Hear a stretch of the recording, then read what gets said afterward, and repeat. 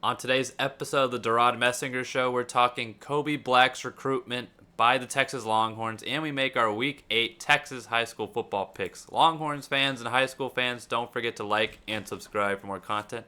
It's greatly appreciated. And of course, this video is part of HornSports' Longhorns coverage. Check us out at hornsports.com for all the latest.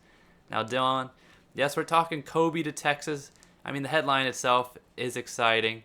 And of course, there has been no commitment, but we're just updating on the recruitment by the Longhorns. Now, Dylan, Longhorns fans, especially, recently, I don't want to get too graphic here, but they haven't had the best of times watching the secondary play at the collegiate level. A guy like Black could make a difference as soon as next year, or at least compete for early snaps. Of course, we've seen Malik Yeah. Muhammad already making a difference on the field. But Kobe Black, I'll get a little more info about him after you go, but what are your early impressions here? Well, I mean, I know I'm not saying anything new here, but cornerback is definitely one of the more talent-oriented positions on the field, right? So it's a lot easier to take a five-star and him to actually play at a five-star level going into college than it is to get like a three-star and have to build him up, right? It's a lot of like you're just kind of born with it, and he's got the right frame. Like he's got everything that you'd want in a obviously a five-star athlete. I know, and I think it was the composite on 24/7 Sports 7. He was the number three defensive back in the country. Then just the regular one was number two. So it would be a huge get, especially talent wise, but it adds to what kind of Sark has been showing and like the trend of players he's trying to get. And that's obviously the five-star, four-star talent, but also guys that can play a lot of different positions in high school and are just athletes in general.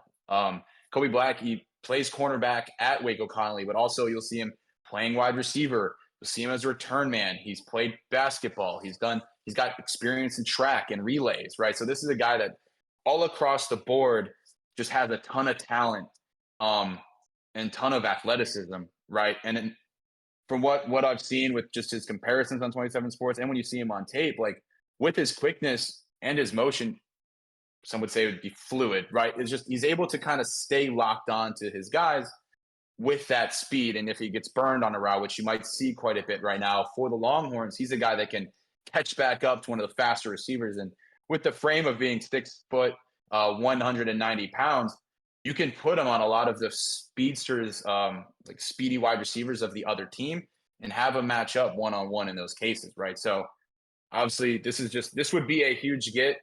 It's a great sign that certain things kind of show these trending towards Texas. I know you'll talk about that later, but this would be huge. And pairing him with defensive passing game coordinator and secondary coach Terry Joseph, that'd be great too because he's had a track record of building up new guys in the secondary. One in particular, when he was with Notre Dame, was Kyle Hamilton, so who went on to be a first round pick to the Ravens. So like all if the stars align, it'd be great because he's an incredible talent and he jumps right off the screen when you're watching on a film from Waco Connolly. Oh, exactly, Dylan. And like you're saying, he's got early NFL round potential, according to national scouting analyst Gabe Brooks at 24/7 Sports, who we've cited before. Love some Gabe Brooks scouting reports, Dylan. But the reason we're talking about Black, as Dylan was alluding to, is because according to the guys at Inside Texas, Black was originally scheduled to appear at Texas A&M's Kyle Field for a game against Alabama. And of course, any game against Alabama in any year is a Yeah. true selling point. And when someone does not make a visit to Alabama or for the Alabama game, that kind of shows you something, especially when it was pretty much planned for Black to be there. Instead, Black was at the Cotton Bowl for Texas's game against Oklahoma. And that is a pretty good indicator when the battle was already down seemingly to just Texas and Texas A&M, that he has skipped his Texas A&M visit. Of course, maybe he lands on campus later in the year, which, wouldn't be unforeseen, but he might also take another visit to the 40 acres as well. So Texas definitely seems well positioned here. Yet again, I know I kind of said that nonchalantly, but skipping a A&M visit for an Alabama game, Well, pretty and pretty big Texas deal. has a yeah, and Texas has a good selling point, right? I know they lost to Oklahoma, right? But with how the secondary has been playing, Kobe Black could instantly come into this and play when he's a freshman. Like A&M doesn't have that over Texas in regards to like he'll be able to play here versus what Texas is building. You won't be able to. Like he'll be able to step onto the field and make an instant impact, whether that is a kick returner or coming in playing the slot as a cornerback, right? Yeah, just the current, shape of that group, of course, has been shaky, but there are some guys that are more experienced, Dylan, and could opt for the draft if needed Yeah. or wanted. Of course, leaving a vacuum for some other players, such as Kobe Black if he steps onto campus. Of course, Malik Muhammad's already destined for more snaps than next season, but someone's going to have to take, those remainder ones. But yet again, A&M not too hot. If you're Jimbo Fisher, you're not too happy with the current state He's had a here. rough go. He's been having A a rough rough go go, on as the talent Dylan is field. saying. And just to reiterate, according to 24/7 Sports, the composite slightly different, but 24/7 Sports has Black as the second-rated cornerback. The composite has him as the third in the nation's 2024 recruiting cycle. Of course, yet again at the cornerback position. And he has 30 offers, Dylan. I mean, yet Ugh. again, that's the case for all these guys seemingly that Texas is really eyeing. He's got the big ones, of course, A&M, but then Alabama, close your ears, Ohio State, Oklahoma, continue close. He's got the offers you want. And I've seen Black in action. I watched him against China Spring, which Dylan, admittedly, maybe not the best game to watch Black in action because China Spring is just so well rounded. But even then, he was making impact in the secondary. He played a lot of safety, though, when I was watching him doing. I don't know if that's just because they expected China Spring to air the ball out quite a bit, which they did. But they definitely had the game plan of, at least in the air, keeping it away from Black, which just shows how big of a playmaker he can be. He made a couple tackles. A ref pretty much acted as a screen man on one that made it kind of difficult for him to get to. Did he tell you But to say that? Did he tell he you to didn't. say He that didn't. on He the? didn't tell me to say that, but I noted it. I was like, Okay. potential Big 12 ref question mark, but Ooh, hey. but no. Somebody signed this man. Yeah, so somebody. But Black and Waco Connolly having a great year this year. They might make a run into playoffs. So for you Longhorns fans, that's a potential to see them at least like TV or streaming wise come playoffs. I know the streaming rules loosen up a little bit, but overall, yet again, Dylan, a good prospect to have. And I wrote down he's the highest cornerback prospect since Jalen Green in 2018. That could be committed to Texas. Of course, he's got to follow through on his act to make that little bit come true. Excuse me. But Jalen Green didn't have the greatest of Longhorns careers, but it does show you that it's been 5 years since Texas has had someone at that rating to commit. Could be news, could be not news. We'll see. It's up to Kobe Black. Now, Dylan, we're going to talk some high school football, Week Ooh. 8 picks. Of course, I did better last week. Maybe the first week I've done better this year. But By like one game. by one game. Everyone give Devon a round of applause. Let's go. He's back in it. Thank you. Now, for the first game we have Dripping Springs, number 22, at number 4, Westlake. Now, Dylan, this was a game, admittedly, that I was kind of tempted to go to, of course, being in the Austin area, that's usually the ideal one. I'm going to go to a worse matchup, Temple and Hutto. I was just feeling Wow. I was feeling like this was the week to do something. But this would be the game if I was a logical person to go to. Dripping Springs, one loss to Vandegrift. So if you're going to have one loss, that's a pretty good loss to have. No losses are great, but Vandegrift, I believe right now is ranked 6th or 5th in the country. Not in the country, excuse me, in the state of Texas. Probably a lot lower in the country, maybe 127. But no, Vandegrift's a good team. But quarterback Maddox Maher and senior wide receiver Kyle Coach, I believe is how it's pronounced, just have been super solid, Dylan. You haven't really heard too much about this Dripping Springs team, but if you're in Austin, you do hear little rumblings going on in the background, and this might be the week to make those rumblings more like shouts. But with that being said, Westlake, oh my gosh, would I be crazy to pick against Westlake right now. They're still the 4th ranked team in the state. The only thing about them, though, Dylan, they got Jack Kaiser, who, yet again, in my opinion, best running back in high school football. Of course, the offers are not quite there, but that's just more so because of what he brings size-wise. I cry when I have to say it like that. Someone give this guy a chance. But looks like the quarterbacks have a little bit of a controversy at Westlake, Dylan. Sophomore Reese Wise seems like he's taken the job from Paxton Land. Paxton Land still gets some snaps in there every once in a while. But inexperience at quarterback is going to be interesting. This is a big game, but it's at Westlake. Westlake does not tend to lose at home. I have the Chaps. Yeah, and I like how you hinted at it, right? Westlake hasn't given you anything to be like, wow, Dripping Springs is going to be the team to knock them down, right? Like even if we're talking about the QB controversy, kind of the switching of who's starting seemingly almost every week, or there's hints of something going on, right? They've still been dominating. They're still averaging 48 points per game, and they have one of the best wins in the state against Lake Travis on the road to add to the resume. And it's one of the biggest rivalries in Texas, right? So they were able to get through that, and their defense has looked the part all year too, led by a strong running game too on the other side. So even with the quarterback problems, they still haven't really given you anything to quit on them. And with Dripping Springs, they've looked good too. Like in their past 5 games, they're only allowing 7.8 points per game on defense after allowing Vandegrift to put up 27 on them, and they only scored 7, right? But they do have a litmus test in here in compared, like for both teams. Both have played Austin Atkins, Devon, and Dripping Springs beat them 48 to nothing, and Westlake shellacked them 64 to nothing. So if we're using that as the bar, and plus Westlake has kind of they have a better win on their resume, I got to give it to Westlake. Then with our next one, we have 5AD2, number 2 Frisco Emerson at number 10 Argyle. Devon, this game and the next game we talk about, these could go either way. I could see either team winning.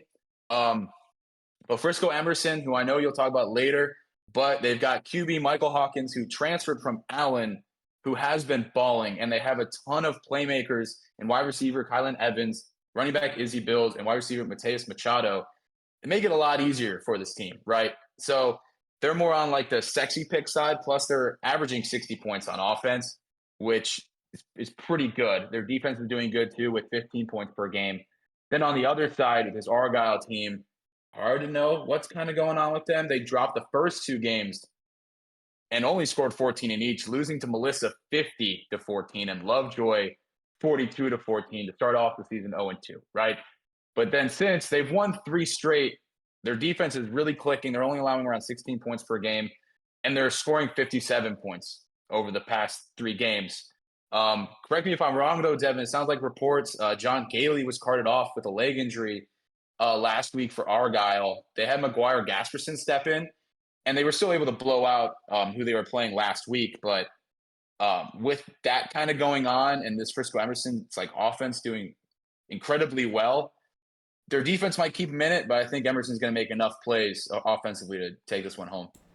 Yeah, I agree. And it's funny, Emerson, ranked number 2 out of nowhere, at least if you took a poll from last season. That Michael Hawkins addition has been great. And if you're a Longhorn fan still watching, he's committed to Oklahoma. So, just run and hide while you can. He's got 24 touchdown passes so far this season to 0 interceptions, which is quite impressive. I was telling Dylan before the video, the yardage isn't anything crazy. He's passing for a little bit over 200 yards per game. But yet again, it is high school football. 200 yards a game is still a good amount, especially with that touchdown-interception ratio. And I made a note, Dylan. This was the thing that interested me. I didn't put down the names because there's a lot of names here. I said 6 different receivers have a touchdown reception for Emerson. So he has been spreading the wealth around. You look at the stat sheet on Max Preps, and you're like, I don't know who to highlight. So let me just highlight them all. They got the receiving weapons, and they have, as Dylan said, just been prolific offensively.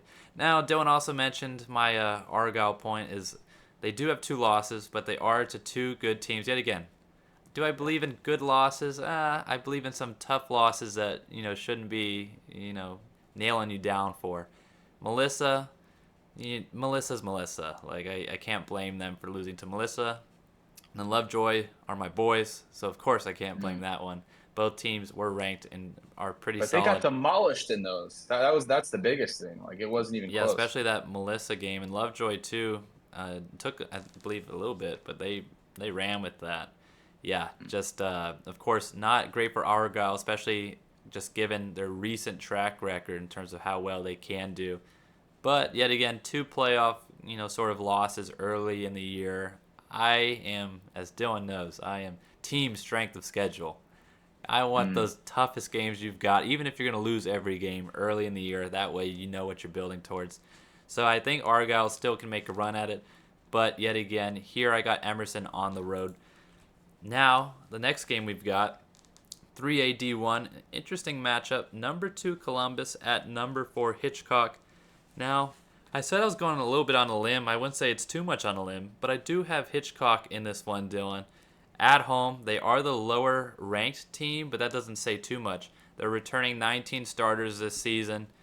And, the hard part here, Dylan, is Columbus. If you look, Dylan's used the word shellacking. Columbus, you look at the schedule, they've shellacked everyone so far. So that is definitely the challenge if you're Hitchcock. So far, Columbus has outscored opponents by a total of 251 points.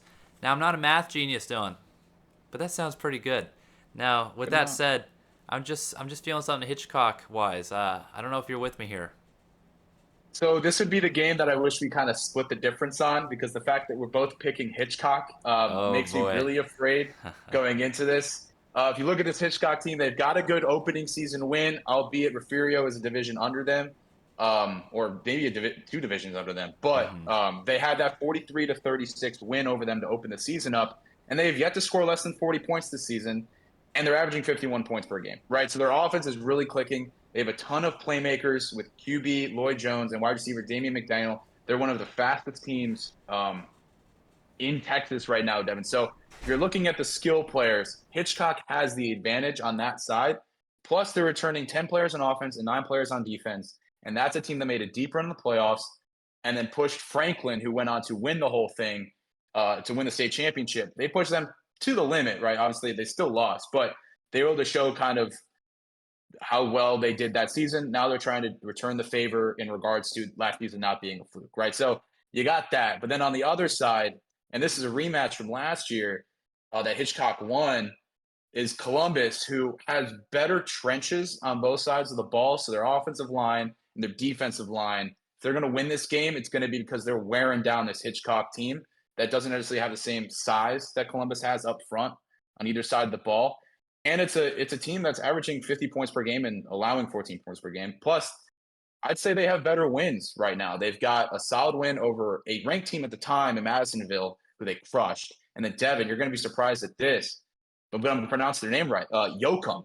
They beat Yoakum as well, who was also ranked at the time. So both teams are looking really good. When we're looking at Dave Campbell's, they don't have anybody favored in this. So this could go either way. But I will be going with Hitchcock because I think that speed on just the offensive side of the ball is going to carry them to victory here. Yeah, we're going to give them that game day jinx, Dylan. Good job. Love Good it. job. I'm Sorry. putting this on you. Lightning You round. picked them too. Boof. Dylan's fault right there. Of course, these are still ranked matchups. As always, we don't deal with those unranked matchups in these videos. Come on now. What do you think of us?